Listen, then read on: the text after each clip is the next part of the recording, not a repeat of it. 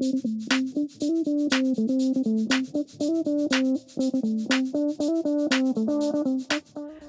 pagi, selamat datang di Ibadah Bahasa Indonesia Gereja ICA Surabaya. Kami senang sekali Anda bergabung dengan kami di pagi hari ini. Baiklah, sebelum kita mulai ibadah pagi ini, berikut adalah informasi penting untuk Anda ketahui. ICA kini dapat dihadiri oleh semua kalangan usia. Dengan dimudahkannya peraturan oleh pemerintah, ICA tidak sabar menyambut Anda dan keluarga untuk hadir beribadah di gereja. Dikarenakan ICA Kids masih melakukan sekolah minggu secara online, anak-anak yang hadir diharapkan duduk dengan tenang di samping orang tuanya.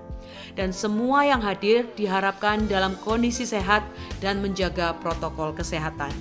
Sampaikan kabar ini ke teman dan keluarga Anda. Sampai jumpa di ICA. Demikianlah informasi yang perlu Anda ketahui. Selamat hari Minggu.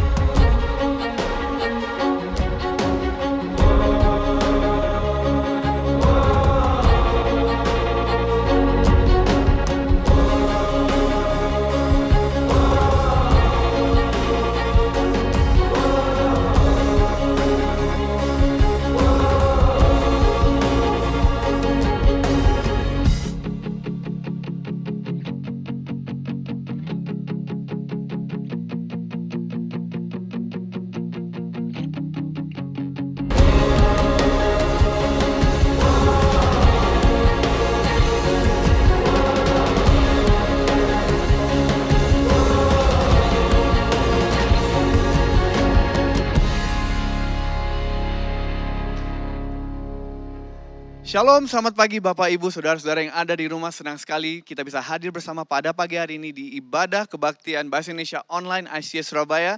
Kami berdoa kiranya Bapak Ibu, Saudara-saudara di rumah senantiasa diberikan kesehatan dan perlindungan oleh Tuhan. Dan memang kalau boleh jujur kita bisa bilang bahwa kami rindu untuk dapat beribadah bersama Bapak Ibu di sini. Tapi kami juga percaya dan kami juga menyadari pergumulan yang akan Saudara hadapi untuk menghindari pandemi ini. Oleh karena itu kami berdoa agar kiranya firman-firman yang kami bagikan secara online ini bisa memberkati saudara dan bisa menyemangati saudara. Dan pada pagi hari ini kami berdoa supaya saudara-saudara di rumah bisa semangat untuk mendengarkan firman pada pagi hari ini. Karena pada pagi hari ini kita akan memulai sebuah seri khotbah baru yang berjudul 6 nilai untuk keluarga sukses. Di mana untuk beberapa minggu ke depan kami ingin membagikan kepada saudara beberapa nilai yang kami percaya sangat penting untuk setiap keluarga miliki. Oke, dengan harapan nilai-nilai ini akan menjadi fondasi-fondasi bagi keluarga-keluarga saudara. Namun, seperti biasa, sebelum kita lanjut dan masuk ke dalam firman, kami ingin undang saudara untuk tundukkan kepala dan berdoa bersama. Bapa kami surga, syukur kami tinggikan padamu Tuhan. Pada pagi hari ini Bapa, kami berdoa kiranya sebelum kami masuk ke dalam firman-Mu pada pagi hari ini Tuhan, Kau kirim Roh Kudus untuk datang dan membantu setiap dari kami Tuhan untuk menerima, untuk mendengar, untuk mengerti Tuhan hal-hal yang ingin Engkau sampaikan kepada kami Bapak. Kiranya firman yang akan kami pelajari pada pagi hari ini akan menjadi firman yang mengubah hidup kami Bapak. Kami serahkan sisa dari ibadah ini dalam tangan-Mu, dalam nama Yesus Kristus kami berdoa dan mengucap syukur. Haleluya, amin, amin. Nah, ketika kita berbicara tentang nilai, apa yang muncul di kepala saudara? Mungkin untuk beberapa dari saudara, mungkin pada pelajar, mungkin yang akan kita pikirkan ketika kita berbicara tentang nilai adalah nilai-nilai ujian kita yang dulu. Saya ingat pada zaman saya masih sekolah dulu, saya bukanlah murid yang terlalu baik. Saya ingat pernah di dalam sebuah ujian bahasa Mandarin, saya mendapatkan nilai 8. Dan pertama kali saya melihat hal itu, saya merasa sangat senang dan sangat bangga. Karena memang mungkin saya terlihat seperti orang yang bisa berbahasa Mandarin, tapi saya tidak bisa sama sekali. Dan nilai saya di dalam kelas Mandarin itu selalu jelek. Jadi ketika saya melihat, saya dapat nilai 8, saya itu cukup senang. Ternyata, saya mendapat nilai 8 dari 100. Jadi nilai saya itu sebenarnya 0,8, jadi saya mestinya tidak boleh bangga. Nah, mungkin beberapa dari kita ketika kita berbicara tentang nilai, itu adalah hal yang kita pikirkan. Atau mungkin beberapa dari kita memikirkan nilai itu di dalam bahasa nilai moneter. Mungkin kalau bapak-bapak, ibu-ibu di sini bisa membayangkan kalau nilai itu adalah sebuah harga. Mungkin di dalam tagihan-tagihan, saudara, kita berpikir tentang nilai, kita berpikir tentang harga yang harus kita bayar. Dan memang ini semua merupakan beberapa definisi yang tepat ketika kita berbicara tentang nilai. Namun pada pagi hari ini nilai-nilai yang ingin kita pelajari sebenarnya berbicara mengenai prinsip-prinsip. Ini adalah sebuah arahan-arahan, nilai-nilai yang akan mengarahkan arah dari hidup kita. Ini adalah hal-hal yang mendasari, hal-hal yang menjadi standar untuk kelakuan kita, untuk arah hidup kita, untuk jalan hidup kita, untuk menentukan apa yang kita lakukan dan juga menentukan prioritas dalam hidup kita. Ini adalah hal-hal yang memberikan kita sebuah arahan, ini yang menjadi kompas di dalam hidup kita ini, di dalam hidup keluarga kita, di dalam hidup kita harus dihadapkan dengan tantangan-tantangan yang besar.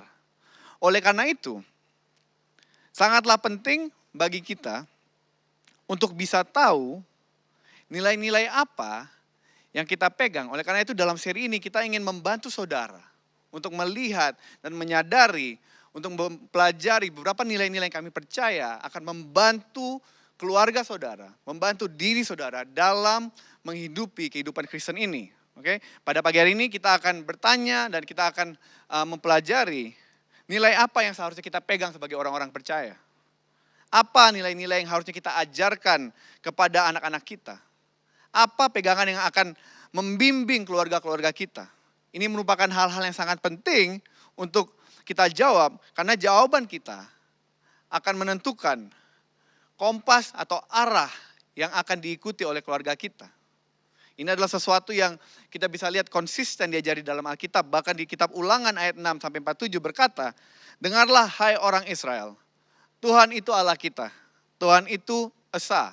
Kasihilah Tuhan Allahmu dengan segenap hatimu dan dengan segenap jiwamu dan dengan segenap kekuatanmu. Apa yang kuperintahkan kepadamu pada hari ini haruslah engkau perhatikan dan haruslah engkau mengajarkan berulang-ulang kepada anak-anakmu dan membicarakannya apabila engkau duduk di rumahmu, apabila engkau sedang dalam perjalanan, apabila engkau berbaring dan apabila engkau bangun."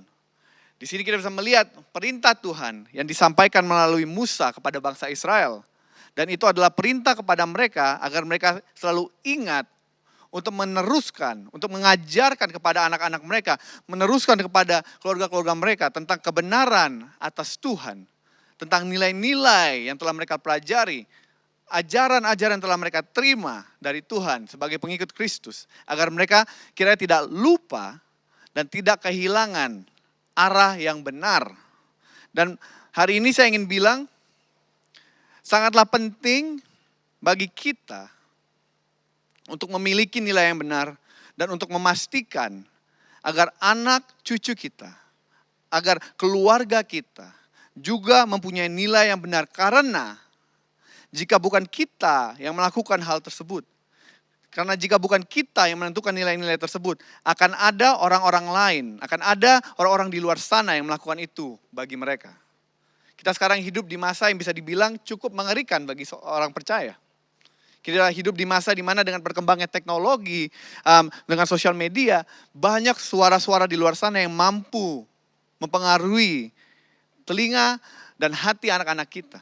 Kita sekarang hidup di masa di mana kebenaran itu adalah sebuah hal yang subjektif. Semua orang memiliki kebenaran sendiri-sendiri. Dan kita tahu secara Alkitab itu tidak benar. Tetapi jika kita tidak dengan sengaja membantu anak-anak kita untuk memahami hal ini, akan ada suara-suara lain yang membicara kepada mereka.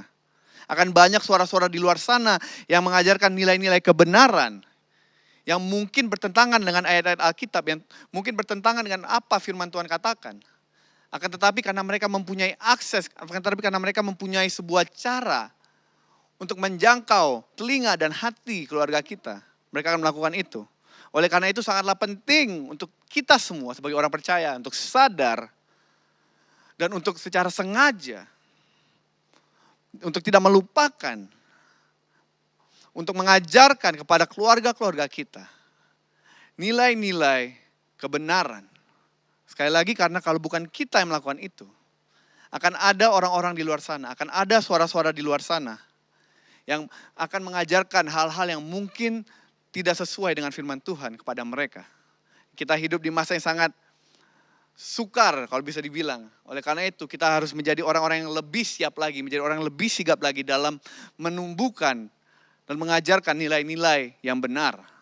Nah, pada pagi hari ini, nilai pertama yang kami ingin ajarkan dan kami ingin mungkin beritakan kepada Bapak Ibu di rumah, yang adalah nilai yang kami percaya harus dimiliki semua orang percaya. Dan yang pertama, nilai itu adalah agar kita bisa menaruh Tuhan sebagai yang pertama dalam kehidupan kita. Nilai pertama yang ingin kami ajarkan dan kami ingin saudara bisa kembangkan di dalam hidup saudara, di dalam diri saudara, di dalam keluarga saudara adalah dengan bagaimana kita bisa menaruh Tuhan sebagai yang pertama di dalam hidup kita. Untuk menjadikan Dia hal yang terlebih dahulu, menjadikan Dia hal yang terdepan. Karena seperti yang kita tahu, apa yang kita prioritaskan dalam hidup akan menentukan keputusan-keputusan kita. Akan menentukan bagaimana kita menggunakan waktu kita. Bagaimana kita menggunakan resources kita. Bagaimana kita mengarahkan hidup kita. Dan oleh karena itu kami percaya sebelum kita lanjut ke dalam nilai-nilai yang lain. Nilai paling pertama yang harus kita tanamkan di dalam hidup seorang Kristen adalah dengan menaruh Tuhan sebagai yang pertama dalam hidup kita. Di dalam kitab Matius 6. Yang merupakan bagian dari khotbah di atas bukit. Ini adalah mungkin kalau kita bisa bilang seri khotbah yang paling sukses dalam sejarah. Karena kita bisa lihat seri khotbah yang Yesus bagikan di kitab di atas bukit ini adalah seri khotbah yang sering kali diulang, yang dipakai. Dan semua gereja saya yakin sudah pasti mengajarkan hal ini. Ini adalah seri khotbah di mana Yesus mengajarkan kepada pengikut-pengikutnya, murid-muridnya. Tentang bagaimana seharusnya orang Kristen itu hidup. Bagaimana seorang Kristen itu harusnya berlaku dan bertindak. Right? Dan di mana di pasal 6 ini kita melihat bagaimana Yesus mengajarkan kepada pengikut-pengikutnya tentang bagaimana seharusnya kita sebagai orang Kristen menyikapi perihal tentang kebutuhan-kebutuhan duniawi. Seperti harta, seperti makanan, seperti uang dan sebagainya. Di mana kita sebagai orang Kristen harusnya mengejar hal-hal tersebut. Dan di akhir pasal ini Yesus menutup pasal ini, pasal di mana dia berbicara tentang kebutuhan-kebutuhan fisik kita di dunia ini. Dia mengakhiri dengan sebuah perintah, yaitu ada perintah yang kita temukan di Matius 6 ayat 33. Dan itu berkata, tetapi carilah dahulu kerajaan Allah dan kebenarannya. Maka semua itu akan ditambahkan kepadamu. Di sini kita melihat bahwa Yesus menutup seri khotbahnya tentang bagaimana kita sebagai orang Kristen harus menanggapi perihal kebutuhan-kebutuhan duniawi kita. Dan di dalam pasal ini dia menutup itu dengan berkata bahwa kita sebagai orang Kristen haruslah terlebih dahulu mencari kerajaan Allah dan kebenarannya. Right? Dan di sini kita harus memahami bahwa Yesus bukan mengajarkan pengikutnya bahwa uang, makan, kesehatan itu bukan hal-hal yang tidak penting. Dia tidak mengajarkan hal itu. In fact, uang adalah sesuatu yang penting. Tanpa uang kita tidak bisa melakukan banyak hal. Dan uang juga bisa menjadikan sebuah alat yang kita bisa pakai untuk memberkati banyak orang. Yesus tidak berkata bahwa kamu janganlah mencari uang. Dia tidak berkata bahwa oh ya udah buang-buang aja uang kamu. Tidak. Yesus tidak mengajarkan hal itu. Uang itu penting. Makanan itu penting. Tanpa makanan kita tidak bisa hidup. Oke? Teman itu penting. Studi kita itu penting. Kesehatan itu sangat penting. Akan tetapi, yang ingin Yesus ajarkan di sini adalah ketika hal-hal tersebut merebut tempat Tuhan, merebut posisi Tuhan, yang harusnya merupakan tujuan utama dari kita semua sebagai orang percaya, maka ada yang salah dengan prioritas hidup kita. Ini lucu karena pada awal tahun ini ketika kami mulai kebaktian kaum muda kami, tema yang kami punya untuk tahun ini adalah Just God. Hanya Tuhan. Karena kami merasa seringkali ketika kita mau mengenal Tuhan lebih, kita seringkali datang dengan sebuah harapan, dengan sebuah tujuan yang mungkin lebih berbicara tentang berkat yang bisa dia berikan kepada kami. Oh ya, pada tahun ini kami ingin mengenal Tuhan supaya Tuhan bisa membawa kami ke sini. Kami ingin mengenal Tuhan lebih dekat supaya dia bisa memberikan saya ini. Right? Dan kami merasa bahwa, oh no, pada tahun ini yang ingin kita cari adalah Tuhan. Dan hanya Tuhan. Yang lain yang bisa dia kasih, itu adalah bonus bagi kami. Karena tahun ini, yang ingin kami utamakan, yang kami ingin cari adalah mengenal akan Tuhan lebih dalam lagi. Mengenal pribadi Tuhan. Saya berikan contoh, mungkin waktu itu pada saat saya khotbah kepada anak-anak di kaum remaja, kami bicara tentang seringkali kita sebagai orang Kristen ini agak lucu. Kita suka mengejar hal-hal yang mestinya hanyalah bonus. Kita tidak mengejar hal utama itu. Istilah kita makan steak, ibarat kita makan steak. Daging yang enak itu tidak kita lihat, tapi kita malah fokusnya ke dalam wortel-wortel, kita fokusnya ke dalam kentang-kentang yang memang itu enak. Kalau mereka ada itu menambahkan experience kita makan steak itu. Tetapi sebenarnya itulah bukan hal-hal utama, karena hal utamanya adalah steak itu. Seringkali kita sebagai orang Kristen, kita mengejar Tuhan.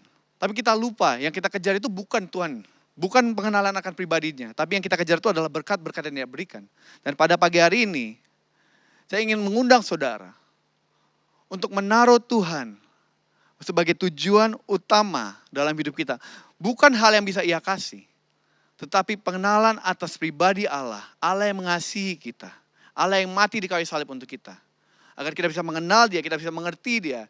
Dan kiranya iman kita bisa ditumbuhkan. Dan kita bisa dibawa untuk lebih dekat lagi dengannya. Satu kesamaan yang bisa kita lihat di dalam kehidupan pahlawan-pahlawan iman kita. Mulai dari Raja Daud sampai ke dalam Rasul Paulus, kita bisa melihat ada satu hal yang konsisten yang ada di dalam hidup setiap dari mereka. Dan itu adalah setiap dari mereka mengejar Tuhan di atas segalanya. Raja Daud bahkan bisa dibilang, ya kitab dikatakan dia adalah man after God's own heart. Laki-laki yang mengenal hati Tuhan, yang sangat dekat dengan Tuhan. Salah satu hal yang dia lakukan di dalam setiap musim hidupnya, baik di dalam kesenangan atau kesusahan, dia melakukan satu hal yang pasti, yaitu dia mengejar dan dia mengejar hati Tuhan, dan dia selalu melakukan yang terbaik untuk bisa lebih dekat dengan Tuhan. Choose to obey, choose to go after God. Kita kejar dan kita jadikan Tuhan jadi tujuan utama dalam hidup kita. Kejarlah Tuhan di atas segala-galanya. Dan pada pagi hari ini, tentu kita akan bertanya, bagaimana cara kita bisa menaruh Tuhan terlebih dahulu dalam kehidupan kita. Dan hari ini ada 3 secara singkat yang akan saya bagikan kepada saudara-saudara di rumah. Dan yang pertama adalah kita harus belajar dengan mendahulukan Tuhan di dalam setiap hubungan kita. Ini adalah satu hal yang selalu kami ajarkan di dalam pelayanan kaum muda kami, yaitu iman Kristen yang kita hidupi ini bukanlah iman yang dia jalankan sendiri. Kami percaya bahwa seringkali Tuhan itu bekerja melalui orang-orang lain, orang-orang di sekeliling kita untuk membangun iman-iman kita. Oleh karena itu, seringkali kami ucapkan, seringkali kami ajarkan, kami percaya, right? Orang-orang yang berada di sekeliling dari kita harus lebih seksama, kita harus lebih dengan sengaja untuk memilih dan menaruh dan mengelilingi hidup kita dengan orang-orang yang bisa membantu kita untuk menjadi lebih dekat dengan Tuhan. Kami percaya jika kita ingin menjadikan Tuhan sebagai tujuan utama dalam hidup kita, kita harus dengan sengaja memilih hubungan-hubungan. Nah, saya berbicara tentang pertemanan, saya berbicara tentang mungkin pasangan hidup, atau mungkin teman-teman yang kita ikuti, atau mungkin orang-orang yang kita biarkan mengajarkan sesuatu ke dalam hidup kita. Kita harus dengan sengaja memilih hubungan-hubungan yang akan mendekatkan kita dengan Tuhan. Dan mungkin ini terdengar agak keras, karena tidak semua orang yang kita tahu di sekeliling kita adalah orang-orang yang bisa mendekatkan kita dengan Tuhan. Tetapi ini sangat penting, karena memang orang yang kita izinkan untuk berbicara kepada hidup kita seringkali adalah orang-orang yang akan menentukan arah dari hidup kita. Di dalam Amsal 27:17 berkata, seperti besi menajamkan besi, orang menajamkan sesamanya.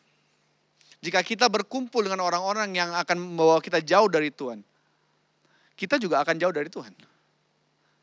Atau mungkin kita akan berkumpul dengan orang-orang yang sering sekali, pelayanan, rajin, dia sangat passionate untuk mengejar Tuhan. Kita juga akan terbawa dan kita juga akan terpengaruhi, kita akan menjadi lebih dekat dengan Tuhan. Oleh karena itu, kita harus bijak dalam memilih orang-orang yang kita biarkan untuk berbicara dalam hidup kita. Dan saya berbicara seperti ini bukan berarti kita tidak boleh mempunyai teman yang tidak percaya, kita mempunyai teman di luar sana. Tidak sama sekali. Karena saya yakin juga Tuhan ingin kita menjangkau, Tuhan ingin kita pergi dan mengenalkan pribadinya kepada orang-orang di luar sana. Tetapi yang saya maksudkan, siapa lingkaran terdekat saudara? Apakah lingkaran terdekat saudara, orang-orang yang saudara izinkan untuk berbicara ke dalam hidup saudara adalah orang-orang yang membawa saudara lebih dekat dengan Tuhan? Ataukah justru teman-teman terbaik saudara adalah orang-orang yang seringkali ingin menjauhkan saudara dari Tuhan? Dan jika itu adalah situasi yang saudara alami pada saat ini, saya ingin mendorong saudara untuk mempertimbangkan itu kembali. Karena cara kita untuk menjadikan Tuhan yang nomor satu dalam hidup kita adalah dengan mengutamakannya di dalam setiap dari hubungan-hubungan kita. Oke? Yang kedua, bagaimana cara kita menjadikan Tuhan yang pertama dalam hidup kita, yaitu dengan menaruhnya terlebih dahulu di dalam bisnis dan keuangan kita. Menaruhnya terlebih dahulu dalam bisnis dan keuangan kita. Di Matius 6:21 berkata, karena di mana hartamu berada, di situ juga hatimu berada. Salah satu cara termudah untuk mengetahui apakah seseorang itu telah menaruh Tuhan sebagai yang pertama dalam hidupnya adalah dengan melihat bagaimana ia mengolah dan melakukan harta dan usahanya. Bagaimana cara dia bekerja, bagaimana cara dia melakukan bisnis yang telah dipercayakan Tuhan kepada mereka. Itu adalah cara yang paling gampang. Karena saya bisa bilang, kita bisa melihat prioritas dari orang itu, dari cara dia bekerja, dari cara dia melakukan bisnis. Apakah demi mendapatkan keuntungan yang lebih maksimal, kita rela berkompromi nilai-nilai kekristenan kita? Apakah kita rela berbuat curang dan berbuat licik hanya untuk mengejar uang lebih? Ya, sekarang argumennya Tuhan atau cuan gitu kan. Apakah kita rela menjatuhkan orang lain agar kita bisa mendapatkan cuan yang lebih, mendapatkan profit yang lebih banyak? Apakah kita telah melakukan menjadikan uang sebagai Tuhan dalam hidup kita, di mana kita rela untuk meninggalkan keluarga kita, untuk meninggalkan pelayanan kita hanya untuk mendapatkan harta yang lebih lagi? Ini adalah pertanyaan yang perlu kita jawab. Apakah karena kita sayang sekali dengan harta yang kita punya, sampai-sampai kita tidak rela, tidak bisa membantu sesama dari kita? Apakah uang menjadi supir di dalam hidup saudara? Sekali lagi, ini adalah pertanyaan yang sangat penting untuk kita jawab. Karena dari pertanyaan-pertanyaan ini akan memperlihatkan kita di mana kita menaruh posisi harta itu dalam hidup kita. Apakah harta hanyalah sebuah alat yang telah Tuhan percayakan kepada kita, yang kita kelola dan kita pakai untuk kemuliaannya? Atau apakah harta telah menjadi Tuhan di dalam hidup kita? Bagaimana cara kita bisa menaruh Tuhan sebagai yang terdepan dalam hidup kita? Yaitu dengan menaruhnya terlebih dahulu di depan harta dan bisnis-bisnis kita. Bagaimana cara kita mengelola apa yang telah Ia percayakan kepada kita, seringkali menunjukkan posisi hati kita, posisi prioritas kita. Dan saya ingin mendorong saudara pada pagi hari ini, jika kita memang tengah bergumul dengan pergumulan ini, pilih untuk menaruh Tuhan sebagai yang terdepan. Dan yang ketiga, yang terakhir pada pagi hari ini, kita bisa menaruh Tuhan di depan hidup kita dengan cara untuk mengandalkan Tuhan terlebih dahulu di dalam setiap pencobaan yang kita hadapi. Bagaimana cara kita tahu kita telah menaruh Tuhan sebagai yang terdepan dalam hidup kita? Kita bisa tahu ketika kita menghadapi masalah, apakah Tuhan yang pertama kita cari? Seringkali banyak dari kita yang menjadikan Tuhan sebagai jalan terakhir, sebagai last resort, right? Ketika kita menghadapi sebuah pencobaan, seringkali kita menjadikan dia itu sebagai ban serep. Hanya kalau kita sudah nggak punya cara lain, baru kita akan ke dia gitu ya. Seringkali ketika kita menghadapi pencobaan, kita akan lari ke tempat-tempat lain. Dan ini bukan sesuatu yang mungkin hanya saudara yang pernah alami. Saya sendiri sudah melakukan ini ya. Mungkin kita bisa lari ke tempat lain, kita bisa ketika kita menghadapi sebuah cobaan, kita lari ke harta-harta kita lari ke teman-teman kita lari ke sanak saudara kita. Akan tetapi, kita lupa bahwa sebenarnya ada satu tempat yang harusnya kita pergi terlebih dahulu, yaitu Tuhan. Hari ini, kami ingin mengundang saudara untuk menjadi orang-orang yang ingat kepada Tuhan ketika kita menghadapi cobaan-cobaan tersebut. Seringkali ketika kita menghadapi cobaan, respon pertama kita akan mencoba menggunakan kekuatan kita sendiri. Kita mencoba menggunakan apa yang kita punya sendiri. Tapi kita harus tahu, kita harus belajar untuk menjadi orang-orang yang selalu menaruh Tuhan yang terdepan di dalam hidup kita. Dan kita harus belajar untuk mengandalkan Tuhan di dalam setiap pencobaan dan badai yang kita alami. Tuhan yang kita sembah bukanlah Tuhan yang hanya ada di dalam perayaan atau kesenangan atau di masa indah yang hidup kita. Bukan. Alkitab berkata, Tuhan yang kita sembah, Allah yang kita sembah, Dia adalah Allah yang dekat dengan orang-orang yang berduka. Tuhan rindu dan Tuhan ingin menjadi tempat kita mencari pertolongan. Untuk menjadi tempat pelarian dari kita. Dia tidak ingin kita lari ke tempat lain. Dia tidak ingin kita bergantung pada diri kita sendiri. Dia tahu jika kita bergantung pada hal-hal yang kita punya di dunia ini, kita bergantung pada kekuatan kita sendiri, pada waktunya, kita akan kalah. Oleh karena itu dia rindu untuk kita bisa belajar mengandalkan dia. Dalam Mazmur 50 ayat 15 Alkitab berkata, berserulah kepadaku waktu kesesakan. Maka aku akan meluputkan engkau dan engkau akan memuliakan aku. Tuhan rindu untuk setiap dari kita berseru dan memanggil namanya di dalam kesesakan. Dia tidak ingin kita merasa bahwa kita harus menyelesaikan semua ini sendiri. Tidak. Itu adalah respon yang mungkin seringkali kita lakukan. Karena itu kita sebagai manusia kita ingin selalu berada di in control ya. Dan kita seringkali lupa kepada Tuhan. Kita selalu mengandalkan diri kita sendiri. Tapi Tuhan ingin mengundang saudara. Pada hari ini, jika engkau menghadapi masalah, jika engkau tengah berada dalam pergumulan, belajar untuk berserah dan mengandalkan Dia. Dia adalah Allah yang bisa kita andalkan. Dan jika kita ingin belajar bagaimana cara kita bisa menaruh Tuhan sebagai yang pertama dalam hidup kita, kita mulai dengan belajar untuk mengandalkan Dia di dalam pencobaan-pencobaan dalam hidup kita. Dan pada pagi hari ini, saya ingin mengakhiri firman ini dengan membacakan sebuah janji yang Tuhan berikan kepada orang-orang yang menaruh Ia sebagai yang pertama dalam hidupnya. Dan ini kita bisa temukan di dalam kitab Amsal ayat 3, pasal 3 ayat 5 sampai 6. Dan itu berkata, percayalah kepada Tuhan dengan segenap hatimu. Dan janganlah bersandar kepada pengertianmu sendiri.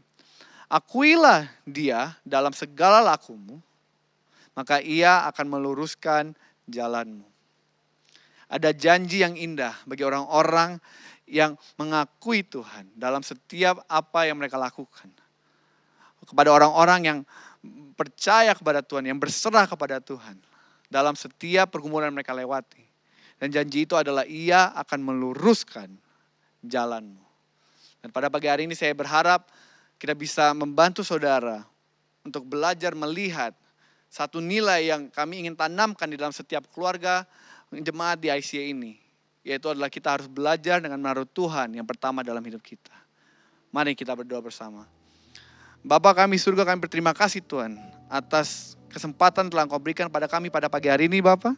Dimana kami bisa datang berkumpul bersama meskipun ini online Bapa. Kami percaya bahwa Roh-Mu masih bekerja, Roh-Mu turut membangun iman-iman dari setiap dari kami Tuhan. Dan kami berterima kasih Bapa, pada pagi hari ini kami diingatkan kembali Tuhan agar kami menjadi orang-orang yang bisa menaruh Engkau sebagai yang pertama, menaruh Engkau sebagai yang terdepan di dalam setiap dari hidup kami Bapa.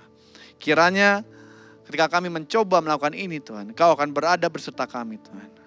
Kami ingin nyanyikan ini Tuhan, kami ingin ulangi ini Tuhan. Izinkanlah kami menjadi orang-orang yang bisa bersandar dan mengandalkan Engkau di dalam setiap bagian di dalam hidup kami Tuhan.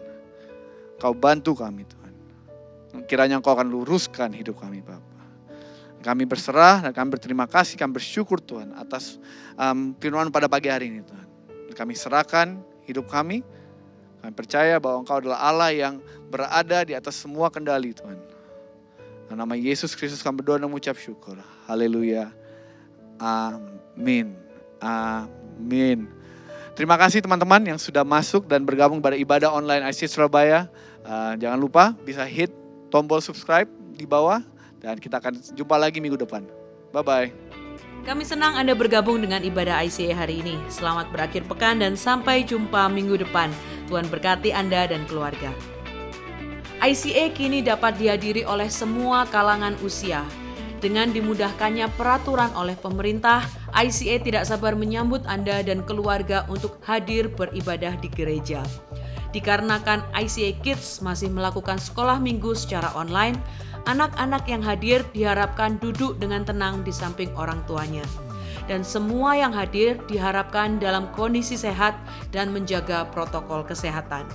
Sampaikan kabar ini ke teman dan keluarga Anda. Sampai jumpa di ICA. ICA Kids berkumpul online setiap hari Minggu. Dan ICA Kids telah menyediakan materi sekolah minggu untuk anak Anda di rumah. Unduh melalui tautan bit.ly/ICA Kids online. Ikuti akun Instagram @ICA-Kids untuk update yang terbaru. ICA Prayer Service diadakan setiap hari Selasa pada pukul 6.30 sampai 7.30 malam lewat Zoom. Anda bisa mengunjungi Instagram kami @ICSBY untuk mendapatkan meeting ID-nya. Mari menyembah dan berdoa bersama. Memberikan persembahan menjadi semakin mudah.